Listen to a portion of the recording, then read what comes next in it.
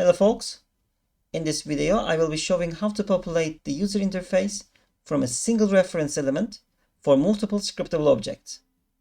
In a previous video you can watch how scriptable objects were created in batches, each representing a resource type. Now I will create UI elements for each of them automatically and during runtime, rather than creating manually, so that if there is any change in the list of resource types during development or between levels, I will not need to redesign the UI from scratch.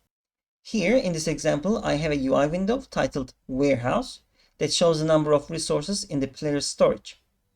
I will start with setting up the UI. The Warehouse window already has a scroll view and contains context game object with a grid layout group. You can also use horizontal or vertical layout groups as well. This component is to make sure that new UI elements are displaced in an orderly fashion. The content contains only one reference element, the resource info. In our case, we only need an image and a text element and an instance of a custom class to store the references, because it will be used to inform the player about the resource amount. I called it resource info UI. All it does is to store reference to its image and text and update its image from the given resource type on start. This instance is referred inside another class under the window game object, so it would work only when the window is active. Here I called it warehouse info window. This class is an extension of the UI window class. It's an abstract class that contains only two functions. Now it's obvious what showHide window does, and it does the same thing for every window, so I define it here. And we have an update for faction function, which is an abstract function and needs to be defined separately for each UI window.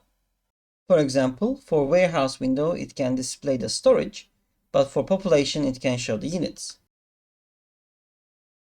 Inside our window class, we have a reference to the only resource info UI and an array of resource info UIs that we will create later. So to create individual elements for each resource, I use the setup window function. Inside, we create a temporary list. Then we iterate through each resource type. I have stored the resource scriptable objects in another class, so I can decide which resources will be available in each level, instead of pulling them from the asset database. For each of them, I create a new game object, clone from the reference, and get the resource info UI and store it in the temporary list. Then I assign the current resource type to the associated variable in the newly created resource info UI. Finally, I destroy the reference and save the temporary list into the warehouse resource UI items array. The update for faction function may be updated every frame or only when there is a change in the warehouse content. During the game development, I rather repeat it every update, so I called it inside the update function. This function takes the faction class as a parameter.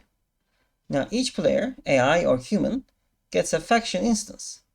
Here we iterate through each UI item and set the text from the faction's warehouse content, which is a dictionary or resource type, and returns an integer, indicating the number of items.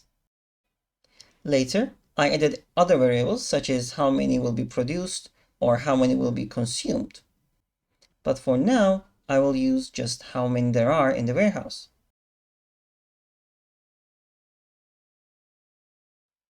Now I can also show you how the other one works. I will uncomment the section that calculates these changes.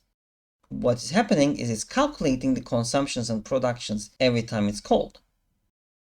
Finally, we have a warehouse window that is automatically populated with the info we want. I hope this was useful and helped you with UI automatization.